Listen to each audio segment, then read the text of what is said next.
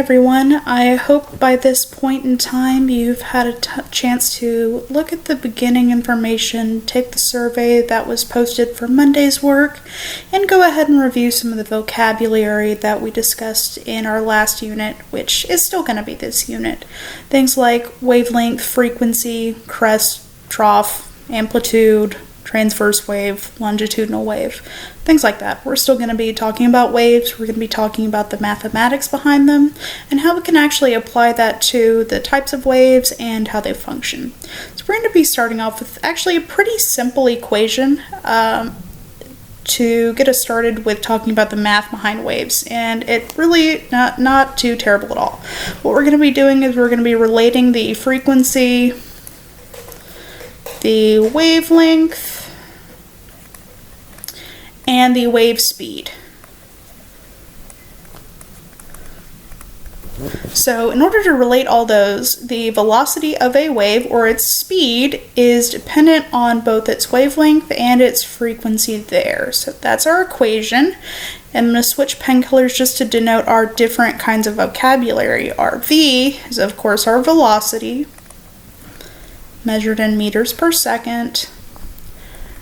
Our upside down looking y, which is actually just a lowercase lambda. This is wavelength. And this is measured in meters. And our fancy curly looking f is our frequency, which is measured in hertz. Now there is a special relationship that I don't have in this specific formula, but it's the relationship between period and between frequency. So I'm just going to come off to the side here and note that frequency is equal to 1 over the period. And we'll talk about that a little bit more in a separate video or a separate assignment. So if I want to draw my handy dandy formula triangle, like I know a lot of people like to use, I'm going to do my best to draw a proper triangle. And we know that whatever we are dividing by ends up going on top, or whatever's on the left side basically ends up going in the top of the triangle. Thus wavelength and frequency go here. We divide between those and multiply here.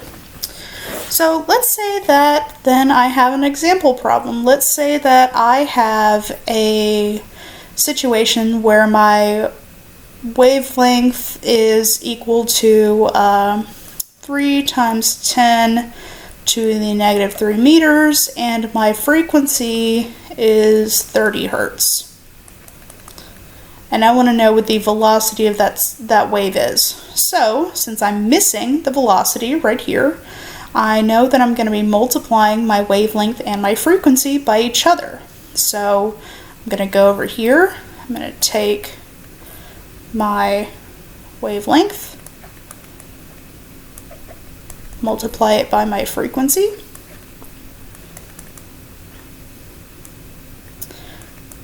and whenever you do that, you should end up with an answer that is, I don't trust myself on the math right now, to be perfectly honest with you, so I'm going to go ahead and do it on my calculator. And if you wanted to do this kind of in your head, remember that this negative exponent means that you're going to move your decimal point over 3 times to the left. So that would be 1, 2, 3. You'd end up with 0.003. And so whenever you do that, you end up getting an answer of 0.09 meters per second. So not too difficult at all. There will be some more problems kind of like this in your assignments, and feel free to reach out if you need help with discerning the different variables and what they are.